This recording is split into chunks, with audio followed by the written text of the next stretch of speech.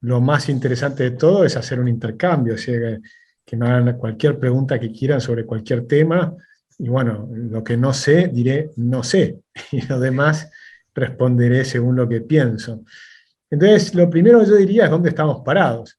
Creo que estamos parados en un país después de 70 años de decadencia, frente a un colapso final, donde la Argentina está muy complicada, donde el programa de Massa y Rubinstein no es otra cosa que comprar estabilidad a un altísimo costo, porque el Banco Central se está endeudando a una velocidad inusitada. Para hacer una idea, los intereses de la deuda que tiene que pagar el Banco Central por los próximos 12 meses, y doy un dato solamente para que, digamos, para que veamos la aceleración del deterioro del Banco Central, que después va a repercutir en todo, y van a ver que pasamos, por ejemplo, de 1 billón de pesos de intereses a 2 billones de pesos durante 2 años.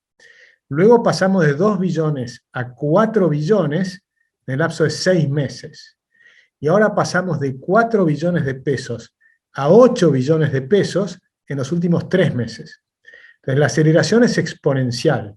Y 8 billones de pesos hoy, si lo tomás al tipo de cambio del dólar soja, son 40.000 millones de dólares, una bocha tremenda de dinero, ¿no? Una cantidad de dinero inmensa. Con lo cual, ni que hablemos si lo tomamos al tipo de cambio oficial. ¿Qué significa esto?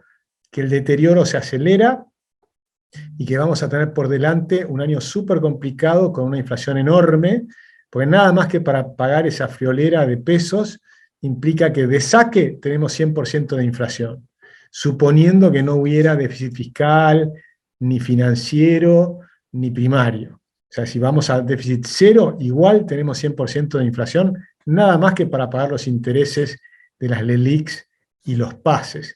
Digamos que la Argentina está en una situación muy complicada. Y la gente todavía no se da cuenta del todo, pues por ejemplo, cuando le preguntan las expectativas de inflación por los próximos 12 meses, en promedio responden 62%. Y yo digo, bueno, se ve que no aprendimos mucho, ¿no? Porque 60% es lo que dice el gobierno, pero también fue 30% lo que dijo el año pasado de inflación que vamos a tener para este año.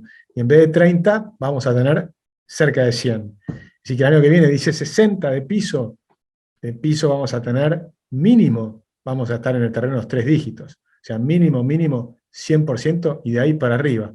Y puede ser 200% tranquilamente, puede ser 200% de inflación. Por supuesto, esto va a tener el correlato también en el tipo de cambio. Entonces, el programa de Massa y Rubinstein, digamos, dio cierta tranquilidad momentánea, muy momentánea, a costa de dólar soja, que es atraer, digamos, anticipar ventas futuras hasta el día 30, y el día 1 de octubre, ¿qué?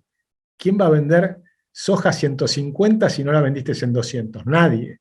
Lo que estamos es 80 años de decadencia, pero en un colapso final frente a una nueva crisis.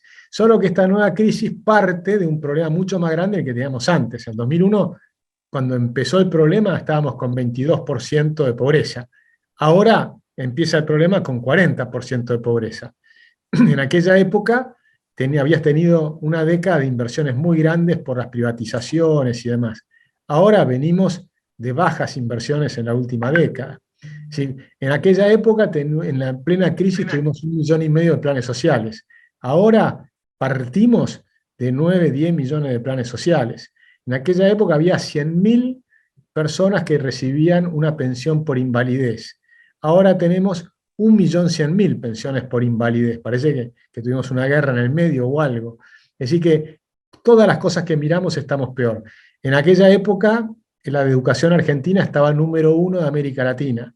Hoy estamos sextos de 8 países que toman los test de PISA en América Latina. En aquella época tenías el índice de calidad institucional 96 posiciones más arriba de lo que estamos nosotros cuando empezó la crisis. El índice de libertades económicas estaba en 8, ahora está en 158, 150 posiciones más abajo. Es decir, que entramos a una crisis con una situación muchísimo más grave que la del 2001. Eso es lo que estamos viviendo hoy. Ahora, del otro lado, esto es el lado, digamos, más complicado que tenemos de la historia. Y por supuesto crecimiento de ministerios, de secretarías, subsecretarías, direcciones generales y cantidad de cosas. O sea, a nivel nacional, provincial y municipal, una elefantiasis estatal tremenda. Ese es el diagnóstico. Pero de fondo hay otro diagnóstico interesante que es el que a mí me da cierto optimismo, que es que se están modificando las ideas. Y la corriente profunda de la Argentina, que para mí es la más importante de todos, es la corriente de las ideas y de la cultura. La cultura se deterioró de una manera espectacular, pero las ideas, desde hace los últimos 20 años, se están mejorando. Y lo vemos en el crecimiento de las ideas de la libertad. Si quieren, Javier Milei es claramente el máximo exponente político de este tema hoy, pero de fondo son ideas que vienen cultivando una cantidad de gente, Alberto Venegas Lynch, López Murphy, Espert, bueno, nosotros en Libertad de Progreso, Kachanowski, cantidad de gente que viene mostrando estos temas, y hoy debe haber unos 200.000 o 300.000 jóvenes que todos los días miran videos que tienen que ver con la libertad, todos los días. Esos 300.000 jóvenes están formados en las ideas de la libertad, están bastante bien formados en las ideas de la libertad. Después habrá otros 2 millones de personas que acompañarán y demás. Pero en esos jóvenes, que tal vez sean 300.000, 200 y pico mil, son los que yo creo que hay una oportunidad muy importante para el año que viene. Entonces, si miramos el escenario cultural o de ideas profundas, creo que hay una oportunidad tremenda de cambio. Y después, si miramos en términos políticos, bueno, ahí va a haber, a mi juicio, 2 posibilidades claras de un cambio profundo. Una, si ganara Javier Milei, que por ahora las probabilidades son más bajas, está cerca de un 20% de intención de voto, pero ojo, porque si supera el kirchnerismo, que está todavía en 25%, si supera y entra en segunda vuelta, ahí puede cambiar la historia, porque capaz que la gente decide votar directamente a Javier Milei. Lo que más probabilidades tiene es que gane Juntos por el Cambio. Juntos por el Cambio tenemos una buena y una mala. La mala es que la caja la tiene Larreta, tiene el manejo de la caja, el manejo político más profundo, y eso le da chances de correr con el caballo del comisario, como se dice. La buena es que las encuestas le dan mejor a Patricia Bullrich. ¿Y por qué digo que es malo si fuera Larreta? Porque Larreta tiene una visión, para cambiar el cambio que necesita la Argentina requiere 4 cosas. Requiere una persona que tenga visión a dónde tenemos que ir, requiere que tenga convicción de cuáles son los temas que tenemos que cambiar y las consecuencias de esos cambios, cómo se van a producir, en qué secuencia de hechos, cómo va a ser la secuencia de hechos que te va a permitir gobernar. Coraje, porque vas a tener que pisar un montón de callos con nombres y apellidos, ¿no? Algunos van a ser amigos míos, como Teddy Caragoslo en el tema de los textiles, o pueden ser otros que no son amigos, pero los conozco, como puede ser Caputo en el sur, o Chernakowski, con los que están en Tierra del Fuego y demás.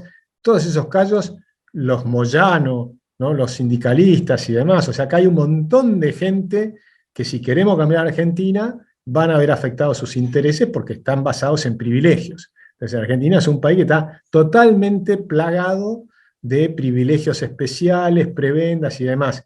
Incluyemos no solo empresarios y sindicalistas, sino que tenés que incluir las corporaciones de abogados, las corporaciones de contadores, de cantidad de gente que está con todos estos problemas. En un sistema súper simplificado de impuestos, por ejemplo, los contadores pierden un montón de trabajo. Entonces hay que entender que los cambios profundos que vamos a realizar van a cambiar la Argentina y va a haber ganadores y perdedores, porque hay un montón de gente prendida en este sistema de maraña, de privilegios que están totalmente entrelazados, ¿no?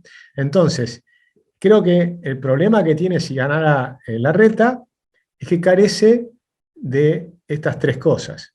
En cambio tiene la cuarta, que es la capacidad de implementación, que ha demostrado, tiene equipo y demás, está hace muchos años en el gobierno, con lo cual tiene caja, tiene mucha gente trabajando con él hace mucho tiempo, es el que mejor capacidad de implementación tiene. Pero como requiere también las otras 3, que repito, son visión, es convicción y coraje, los que mejor tienen estas 3 condiciones, a mi juicio, son Javier Milei, López Murphy, José Luis Espert y después Patricia Bullrich. Entonces, tal vez tengamos la oportunidad de que haya algún tipo de acuerdo que estas 4 personas integren el próximo gobierno, que tienen convicción, que tienen visión y que tienen coraje para hacer los cambios. Si están los 4 juntos, van a tener capacidad de implementación. Si hay uno solo, creo que la que mayor capacidad de implementación hoy tiene de esos 4, posiblemente sea Patricia Bullrich, que es la que tiene más noción del manejo estatal, porque estaba en el gobierno de Cambiemos como ministro y demás. Y López Murphy, en segundo término, porque también ha sido ministro en varios gobiernos anteriores. Y los que menos capacidad tal vez o experiencia de implementación son Javier y José Luis, que sin embargo tal vez sean los que están mejor en las otras 3 categorías. Así que para mí es el panorama que yo lo veo como una gran oportunidad para el año que viene, y diría que con estos breves minutos iniciales como introducción, me encantaría, si les parece, abrir el tema para preguntas y respuestas. Y yo voy a tratar de hacer respuestas breves, de modo tal que puedan participar la mayor cantidad de gente, y les propongo que las preguntas también sean breves. ¿Qué tal, Agustín? ¿Cómo andás? Yo soy Juan Ignacio, de Concordia. Tenemos anotadas algunas preguntas para hacerte. La primera es, ¿cómo implementar el liberalismo a nivel municipal y apuntar a tener un país más federal? Bueno, eso requiere un cambio de todo el sistema impositivo. Requeriría eliminar la coparticipación federal, de forma tal que las provincias tengan sus impuestos y la nación tenga sus impuestos, y que a nivel de las provincias le den mayor relevancia a los municipios. Por ejemplo, en Suecia, a nivel municipal se recauda el 60 al 70% de los ingresos, con propias tasas de los municipios y demás. Y después recién está a nivel estatal. En Argentina va a ser difícil que pase eso, pero sería el ideal. Ahora, lo que sí puede ocurrir es que eliminemos la coparticipación federal y que haya un sistema donde las provincias recaudan sus impuestos, la nación recauda los suyos, y una super simplificación del sistema impositivo. Eso es clave, porque si el que recauda es la nación y manda transferencias a las provincias, y después las transferencias de las provincias a su vez mandan esas transferencias a los municipios, y todo se dirige de arriba para abajo, si la plata va de arriba para abajo, el control va de arriba para abajo. Entonces, si financiamos de abajo hacia arriba, podemos controlar a nuestros intendentes y demás. O sea que un primer tema es a nivel macro, cómo cambiamos la macro del sistema político, económico, social de la Argentina, que igual va a ser muy complicado. Ahora, si en las condiciones actuales un intendente liberal asume, puede hacer un montón de cosas. Puede, por ejemplo, bajar enormemente los impuestos o reducirlos al mínimo de su municipio, por lo menos los que dependen de él, las tasas y todo lo demás. Claramente lo que tiene que hacer es bajar los impuestos y bajar el gasto. Y el gasto en los municipios se puede bajar enormemente. Por ejemplo, el Consejo Deliberante de cualquier municipio, a mi juicio, debiera ser ad honorem, sin ningún tipo de sueldo de los concejales y sin ningún tipo de asesores y demás. El costo tiene que ser muy bajito. Y tiene que ser como en un consorcio del edificio. Vos vas al consorcio y votás el presupuesto, pero no te llevas ningún peso, porque sos vos mismo el que estás pagando. Entonces, ese debiera ser, a mi juicio, la forma de manejar un municipio. Y el intendente es el ejecutivo, es el que implementa el presupuesto. Entonces, en el legislativo, digamos, es el que revisa las cuentas y que al mismo tiempo le va dando la dirección de si querés mejorar tales o cuales calles, los baches, el alumbrado, barrido, la limpieza y la seguridad, cuáles medidas vas a tomar y demás. Ni siquiera tiene que reunirse todas las semanas. Con reunirse una vez por mes alcanza. Entonces no tenés por qué estar cobrando. Y eso te permite reducir enormemente el costo de la política. Siguiente paso, tenés que revisar los empleados públicos del municipio y bajarlos a la mitad.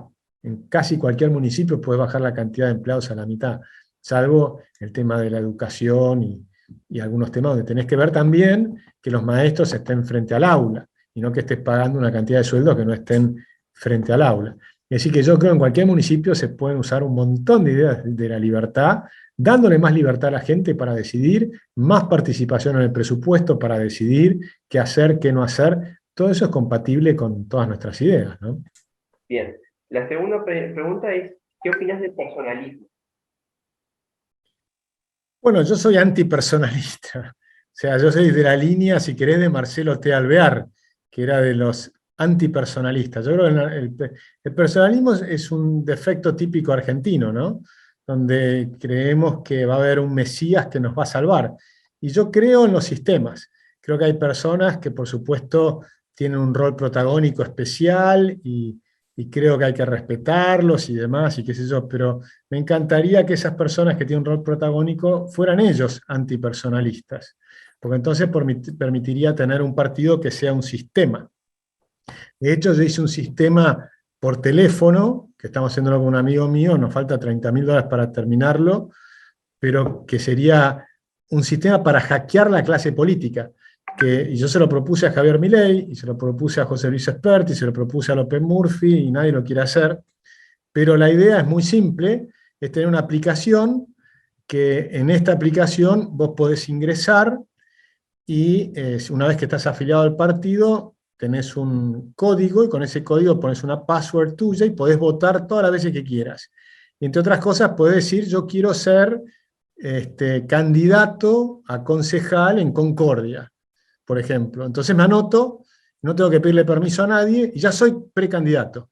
Y empiezo a buscar mis votantes.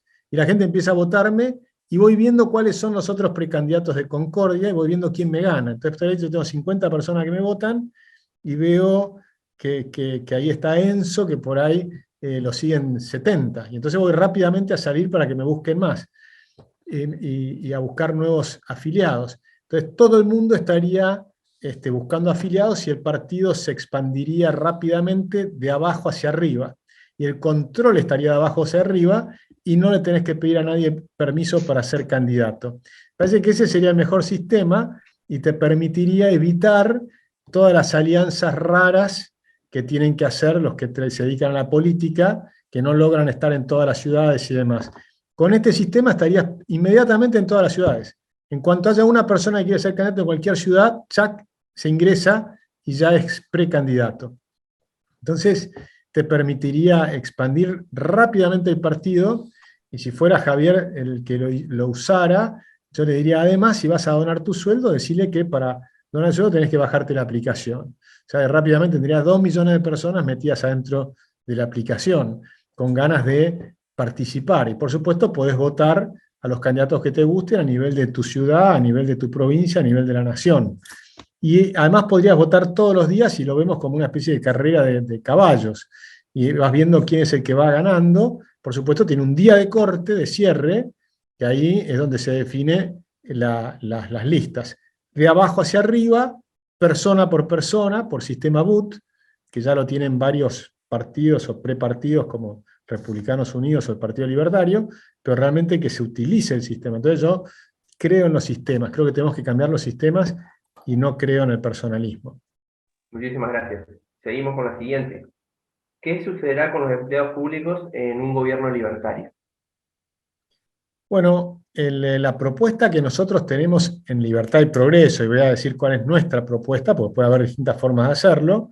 Por ejemplo, a nivel nacional tenemos más de 600.000 empleados. Si nosotros lo que hacemos es una reforma del Estado del día 1, y va a ser el día 1, no el día 2, el día 1 se empieza la reforma del Estado, porque cuando designás el gabinete, la primera decisión de gobierno, que es designar el gabinete, ya vamos a tener muchos menos ministerios, 7 u 8. Y por supuesto eso implica reducir la cantidad de secretarías, subsecretarías, direcciones generales, y además vamos a eliminar un sistema, uno de los niveles. Es decir, achicamos la cantidad de ravioles y también achicamos la cantidad de ravioles en la cantidad de niveles. Por lo tanto, se reduce enormemente la cantidad de gente. Nosotros estimamos que esa reforma puede llevar unos 6 meses y quedarían 200.000 personas en disponibilidad. Esto es a nivel federal, pero después hay que hacer lo mismo a nivel provincial y municipal, e incluso puede ser simultáneo, ¿no? Porque cuando vos ganás el gobierno, generalmente no ganás solamente la nación, sino que ganás varios gobernadores y un montón de municipios. Y todos debieran estar haciendo este esfuerzo de reestructuración del Estado. Entonces, con esas 200.000 personas que quedan en disponibilidad, se van a su casa. Pero siguen recibiendo el sueldo por un año, porque eso es lo que marca la ley. Les tenés que seguir pagando el sueldo por un año. Y en ese año, nosotros vamos a poner todos los incentivos para que la persona se reentrene y empiece a trabajar en el sector privado. Con lo cual, a la persona del sector privado le decís, va a ir esta persona a trabajar a tu empresa, nosotros le vamos a seguir pagando el sueldo durante un año y vos lo vas a ir entrenando. O sea que la empresa gana un empleado que le sale inicialmente muy barato, aunque lo tiene que entrenar. El costo es entrenarlo en la cantidad de horas que trabaja, en las nuevas disciplinas y demás. El empleado va a tener un incentivo adicional porque probablemente va a negociar con la empresa que le pague un sobresueldo. O sea, va a tener dos sueldos, el sueldo que le paga el Estado y el otro.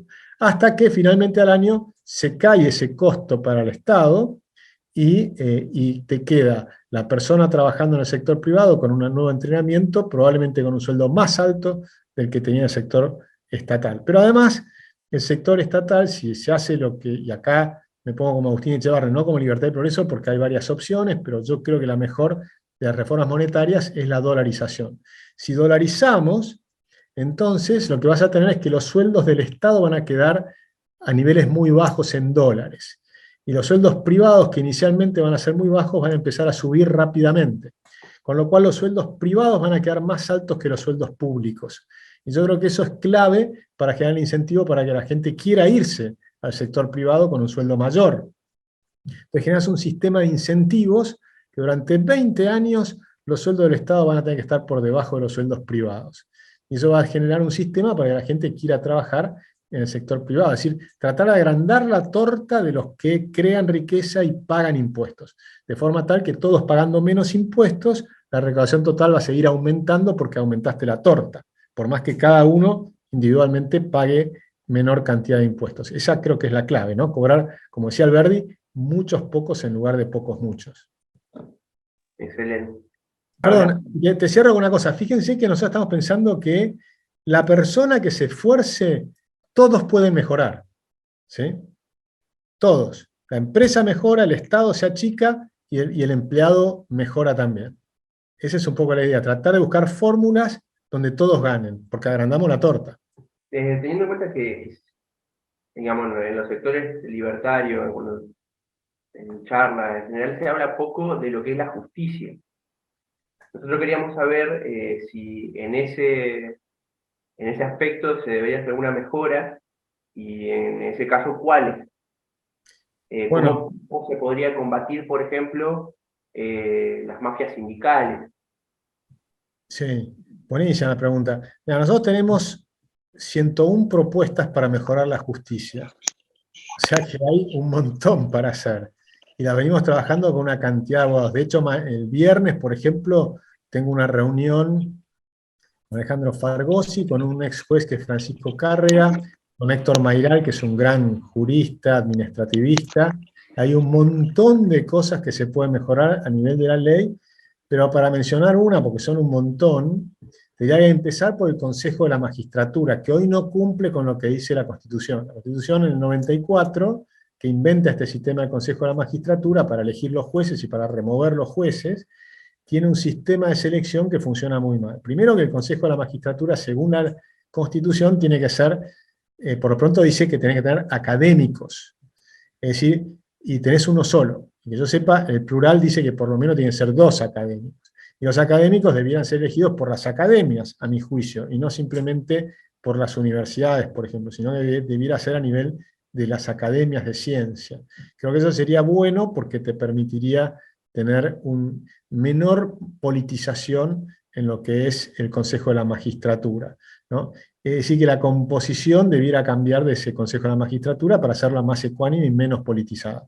Pero después hay que hacer un sistema, hay que renovar el sistema de selección de jueces. Hoy tenés un sistema donde hay como 3 eslabones. El primer eslabón son el concurso de antecedentes, que es bastante transparente porque los antecedentes son públicos, los podés chequear y demás. Después el segundo eslabón es un test, es decir, un examen. Ese examen, hablando con gente que es muy de adentro de la justicia y de distintos sectores, todos coinciden que, por ejemplo, algunos jueces que aspiran a un cargo para mejorar el cargo, lo que fuere, obtienen las preguntas antes del examen. Y eso, por supuesto, es absolutamente desleal, antiético y demás, pero es usual, lo cual es grave. Después hay una tercera, que eso se puede eliminar fácilmente. Vos debieras tener como el bar exam en Estados Unidos para los abogados, tenés un libro con las 5.000 preguntas que te pueden hacer y tenés que estudiarte las 5.000 preguntas. Y después puedes tener un sistema aleatorio para que se elija en el momento del examen cuál es la pregunta. Y que no la sepa nadie, ni el profesor. Simplemente apretás un botón y te sale cuál es la pregunta de manera aleatoria, cualquiera de las 5.000 preguntas, y preguntás 5, 10, 15, 20 preguntas, y ese es el examen. O se imprimen las 20 preguntas y se responden en el momento, lo que fuere. Con lo cual, esos sistemas se podrán hacer mucho más transparentes. Y el tercer filtro es una reunión donde, por ejemplo, agarran al que salió número 17 y lo ponen en la terna. Y después los políticos eligen de esa terna, y entonces entró uno que está número 17 y no tenés los mejores jueces. Ese sistema también debe cambiarse y no podés tener esa aleatoriedad. Podrías tener, por ejemplo, en 3-6 elegir 3, pero de ninguna manera poder poner el número 17 ahí arriba, ¿no? Entonces, y el número 17 me lo dijeron, o sea, en caso real. Por eso estoy mostrando casos reales que... Así que hay muchas cosas que puedo hacer para mejorar los jueces, la selección de jueces. Pero por supuesto después tenés que dar ejemplos removiendo jueces. Hay que hacerle juicios a los jueces corruptos. Hay que meterlos presos a los jueces corruptos. Y eso va a depender de la propia justicia, porque no podemos ser los que están en el Ejecutivo o en el Legislativo. Es la propia justicia la que tiene que empezar a depurarse. Lo que nosotros vamos a hacer es cambiar las leyes, mejorar los sistemas y demás. Después hay un montón de temas. Hay una organización que se llama FORES, que tiene todo un sistema para mejorar la sistematización de los juicios. Algunas cosas se han hecho, se han ido mejorando y se han reducido los tiempos en algunos casos. El juicio por jurados creo que es una cosa positiva que ha ocurrido en los últimos tiempos. Ahora estamos viendo los juicios, ¿no? También que está haciendo ahora los juicios orales, como está haciendo el de Cristina en este momento, algunas cosas que están mejorando. Yo creo que esas cosas son positivas. Pero te digo, hay cientos de cosas que se pueden hacer para ir mejorando la justicia. Y es un tema clave, muy importante. La próxima pregunta es, ¿cuál es tu postura en cuanto a la educación pública y qué harías con el presupuesto?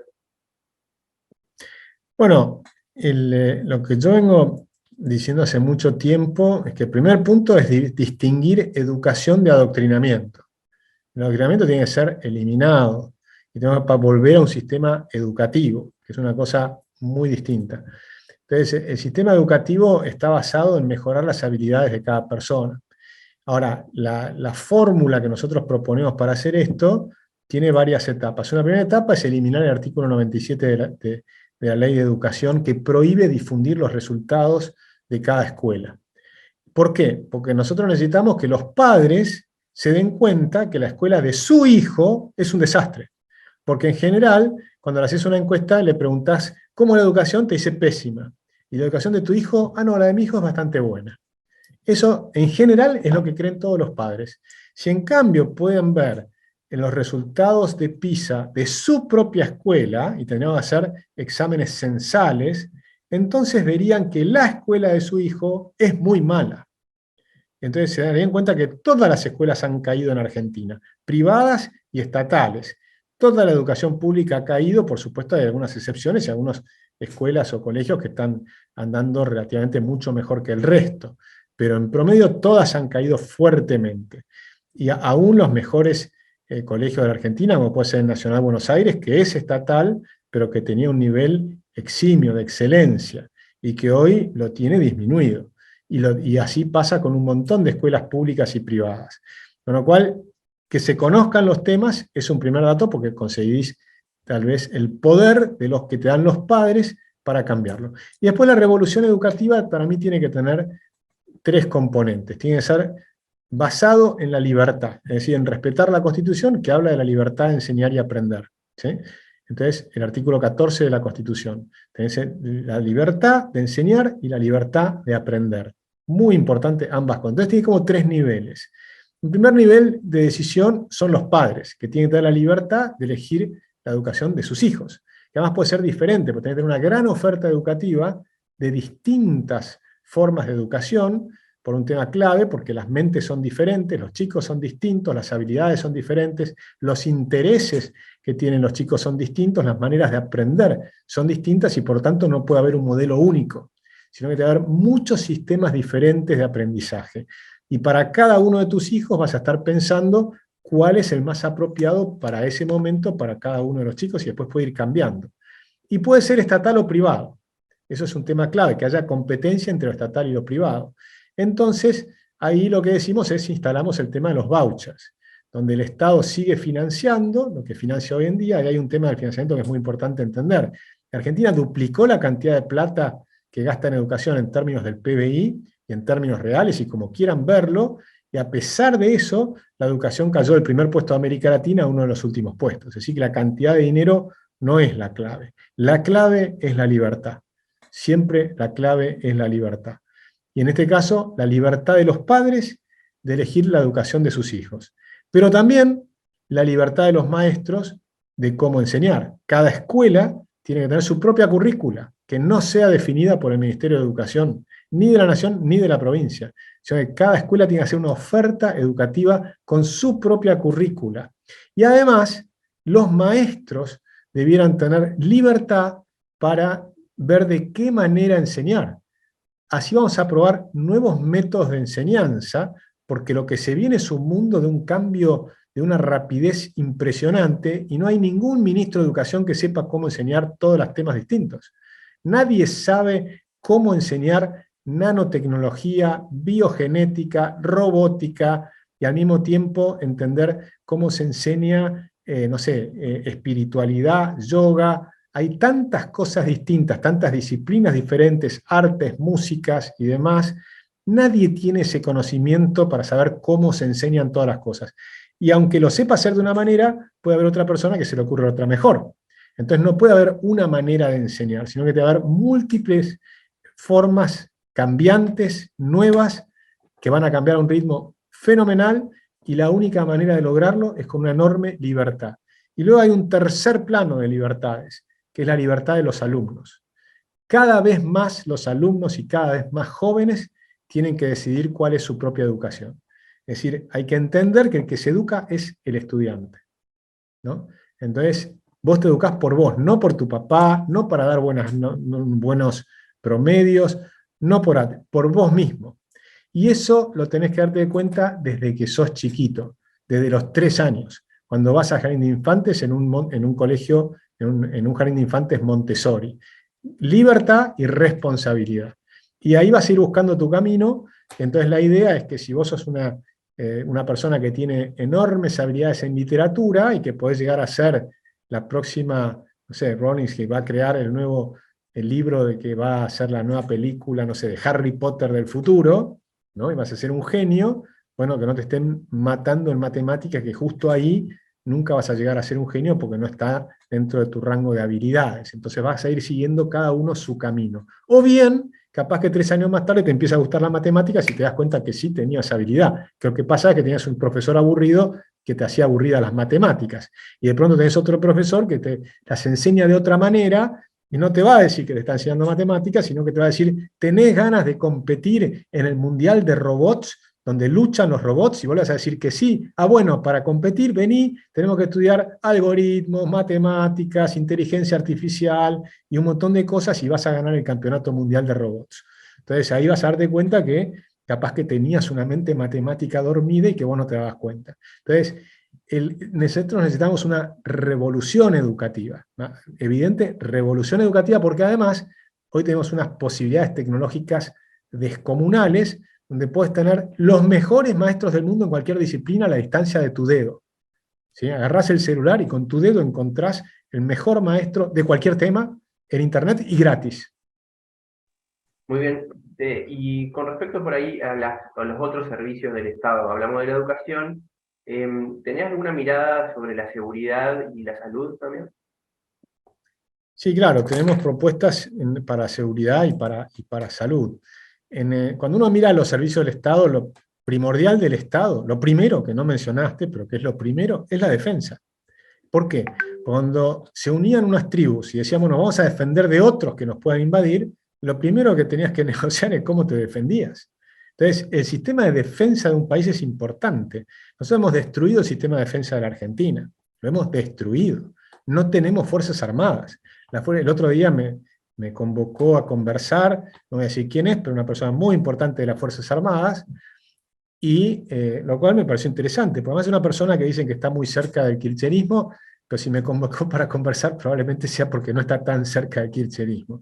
Pero cuando te describen lo que son las Fuerzas Armadas actuales, cosa que yo ya sabía, es un desastre. No tenemos ni siquiera munición, no tenemos combustible para mover los tanques, no tenemos repuestos, no tenemos repuestos para los aviones, compramos aviones que no tienen un repuesto, por ejemplo, para eyectar el asiento y por lo tanto no pueden volar los aviones viejos que compró el gobierno anterior de Cambiemos. No pueden volar. Y entonces vamos a mandar al sur los Pampa, que no son aviones de combate. O sea, ¿para qué los vas a mandar? Dicen que tenemos un problema con Chile. No tenemos problema con Chile, pero si tuviéramos un problema con Chile, no hay ninguna forma de defendernos de Chile. Una vez lo hablé con el presidente Piñera, y me contó que en 3 horas destruyen todas las formas de defensa de la Argentina. 3 horas. Les lleva al ejército chileno destruir todo nuestro sistema de defensa. Entonces, no tenemos sistema de defensa alguno. No podemos controlar los mares. Vienen los chinos, meten 400 barcos, no tenemos forma de controlar la pesca clandestina del calamar. No hay forma, o sea, la defensa es clave.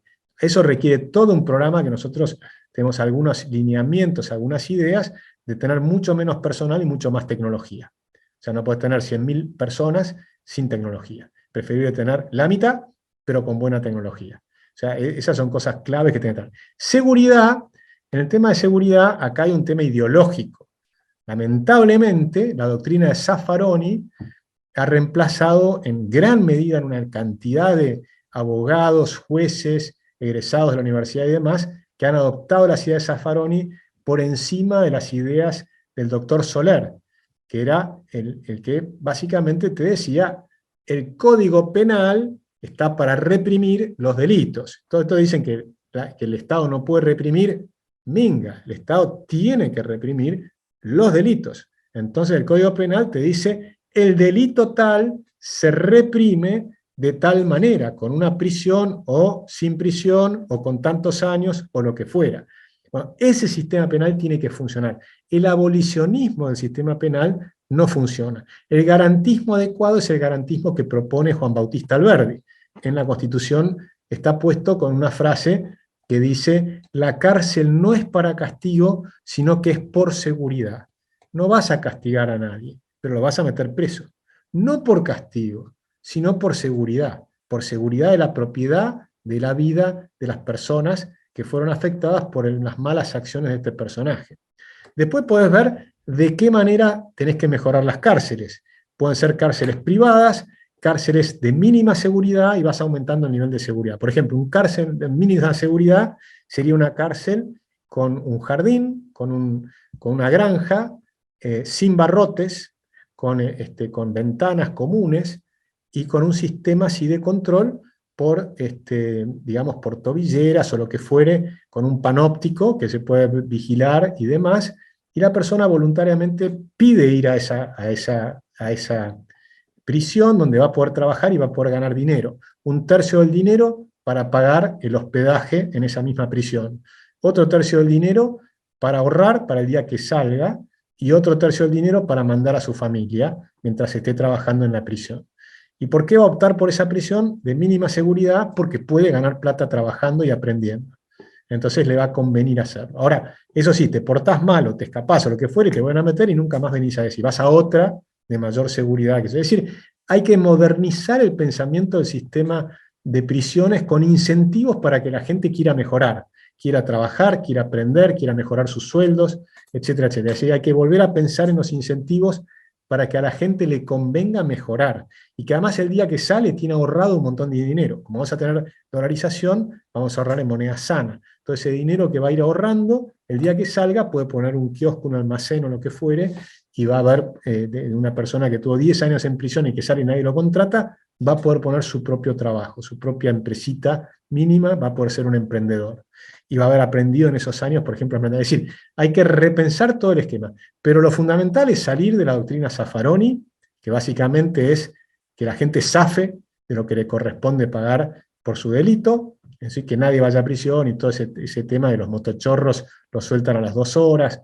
Esa idea de la puerta giratoria tiene que salir. Y volver a la doctrina Soler, a la sana doctrina Soler, que es la doctrina del Código Penal. ¿Sí? Y por supuesto con un derecho procesal mucho más eficiente y rápido para que la gente no esté esperando su condena años, como está haciendo Cristina Kirchner, que está esperando años su condena, que va a llegar, pero con muchos años de retraso.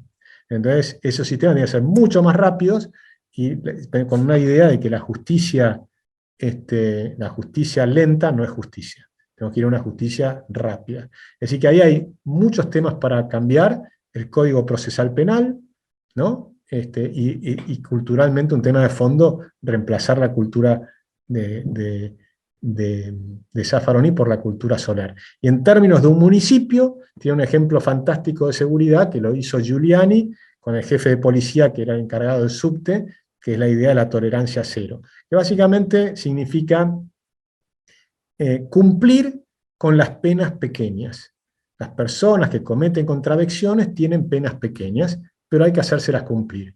Desde la persona que hace un graffiti en el subte de Estados Unidos, o el que saltaba el molinete, iba preso a una comisaría, no iba a la prisión, pero en la comisaría estaba preso y tenía que, era condenado, por ejemplo, a tantas horas de limpiar las calles, o lo que fuere, tareas útiles, pero cada persona que comete un delito, por más pequeño que sea, una contravención, tiene que tener una reprimenda.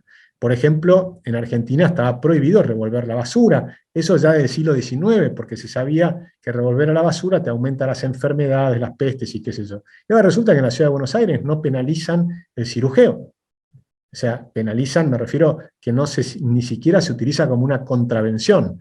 Antes tenías el código contravencional, vos no podías revolver la basura y tirarla por todos lados. Ahora resulta que la puedes tirar por todos lados y no pasa nada, salvo que seas una persona rica. O sea, ahí sí te pueden penalizar, pero si sos una persona pobre, no te pueden penalizar. Entonces, revolver la basura y no pasa nada, y así tenemos un basural por toda la ciudad. Vos vas a la ciudad de Montevideo y eso no ocurre, vas a las ciudades europeas, en ninguna parte ocurre eso.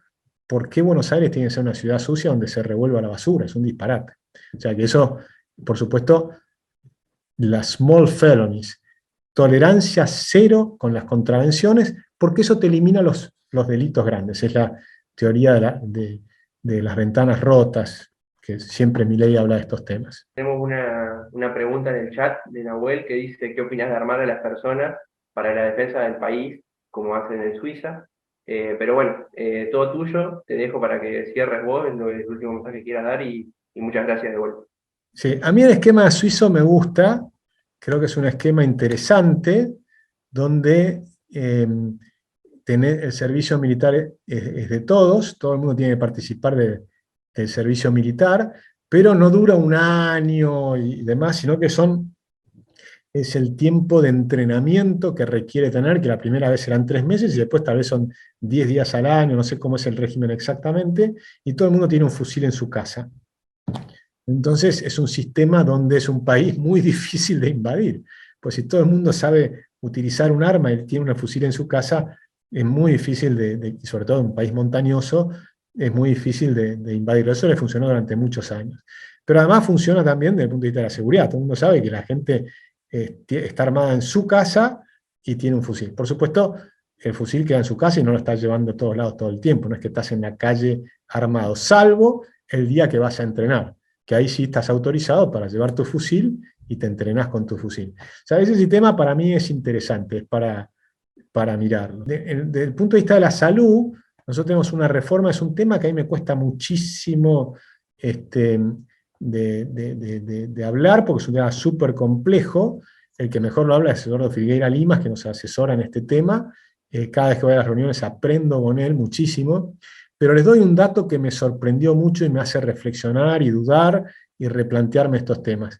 La expectativa de vida de los Estados Unidos, comparado contra la expectativa de vida de Europa, ha cambiado notablemente en los últimos 20 años. Notablemente significa que los países europeos, en promedio, la gente vive 9 años más que en Estados Unidos, entre 8 y 9 años más que en Estados Unidos, lo cual implica que hay algo que Estados Unidos está haciendo muy mal. Y eso lo estuve charlando también con las personas que están en el tema de salud, que nos asesoran. Yo creo que hay 2 temas muy importantes. Uno es que el sistema digamos, o la forma, más que el sistema, la forma de alimentarse de los americanos es mala. Y tiene una enorme cantidad de gente con obesidad, con exceso de peso, y eso es muy malo. Si comen mucho junk food, como llaman, o sea, la comida chatarra, eso creo que es muy negativo, mucha Coca-Cola y demás, y qué sé yo, y eso creo que es negativo para la salud. Y eso es información, eso es que la gente empiece a aprender, eso es tema de cultura también y de educación. Creo que después está el otro tema, que la salud en Estados Unidos es muy cara, o sea que el sistema no ha logrado trasladar las ventajas como se ha trasladado en el resto de las cosas, las computadoras valen menos, todo es más barato y la salud es más cara. Entonces ahí hay un problema. Y hay un problema también en las regulaciones, cuando te obligan a dar prestaciones de salud que la mayor parte de la gente no la necesita, pero hay algunas cosas muy caras que si lo obligás a los prestadores de salud a darlas, vas a aumentar el costo de la salud para todo el mundo. Y es un tema muy difícil porque hay temas que tenés una muy baja probabilidad de ocurrencia, pero que si te llega a ocurrir, el costo es altísimo. Ahora, si vos obligás a que eso te lo hagan gratis, entonces vas a aumentar el costo de la salud para todo el mundo. Con lo cual, la salud es un tema archi difícil. El sistema que nosotros tenemos ahí de pensamiento es, nuevamente, la clave es la libertad. Que nadie esté atrapado en un sistema de salud y que puedas decidir qué hacer con el dinero que vos aportás, tanto si sos un aportante privado como si sos un aportante porque trabajás en el Estado o porque estás en un sindicato, que vos puedas cambiar el destino de tus aportes y elegir cuál es el sistema de salud que vos querés y que haya distintos sistemas de salud en competencia. Ese es básicamente el norte por donde vamos por ese lado también. Bueno, muchísimas gracias. Agradecerles a todos los que pudieron participar también. Bueno, me Eh, encantaría que me hagan un feedback. ¿Qué les pareció todo esto? yo, de mi parte, te digo, excelente. Varias de las preguntas, justamente, yo quería saber tu postura con respecto a eso. Y ya te digo, muy enriquecedor de mi parte. No sé si los demás quieren comentar algo. Yo quería preguntar algo, si queda tiempo. Eh, ¿Pensás que, digamos, culturalmente la gente ya está preparada, digamos, como para adoptar estas ideas de la libertad o todavía pensás que es un proceso que se va a ir dando? ¿Cómo lo ves vos? Mira, yo creo que la gente está harta con el sistema actual, quiere un cambio. Sí, Entonces, tal y la cual. oportunidad de hacerlo, pero al mismo tiempo creo que la gente no la tiene clara. La mayor parte de la gente, por supuesto, no está estudiando estos temas todos los días. Y no son temas simples, son temas que requieren muchas horas de estudio. Y no sabe la gente de política, de economía, de salud, de seguridad, de todos estos temas. Hoy hablamos de un montón de temas. Imagínate la cantidad de horas de estudio que necesitas. Nadie puede saber todo esto, o sea, es muy, muy complejo. Por tanto, tenés una idea del norte. No queremos lo que está ahora, creo que el 70% de los argentinos quiere un cambio importante. Ahora, ¿hacia dónde es ese cambio? Eso ya es mucho más difícil de explicar. Y ahí viene el tema del liderazgo. Ahí hay algunas personas que son las que pueden liderar ese cambio y la gente va a ir probablemente apoyando con mayor fervor cuando empieza a entender de qué se trata. Por ejemplo, va a estar clarísimo, si vos le preguntás ahora a la gente, ¿querés dolarizar la economía? Bueno, capaz que la mitad te dice que sí, la mitad te dice que no. Ahora, si dolarizamos la economía, un año más tarde, el 90% va a estar a favor. ¿Por qué? Porque vas a haber eliminado la inflación. Y la gente quiere eliminar la inflación y quiere tener una moneda sana. Y cuando tenga el billete de dólares en el bolsillo todos los meses, que le pagan en dólares la jubilación, el salario, lo que fuere, van a estar felices. Entonces ahí vas a tener mucho más ganas de apoyar. Ahora requiere un liderazgo, el coraje de decir, es por acá, es por acá. En ese momento, si los dirigentes muestran cuál es el camino, yo creo que va a haber una buena proporción de los argentinos que los van a apoyar. Muchas gracias, muy bueno. Muchas gracias. Ya está por terminar el Zoom, así que queremos agradecerte. Muy interesante y muchas gracias por el espacio. Dale, buenísimo. Un placer charlar con ustedes y la próxima vez me encantaría escucharlos más a ustedes también.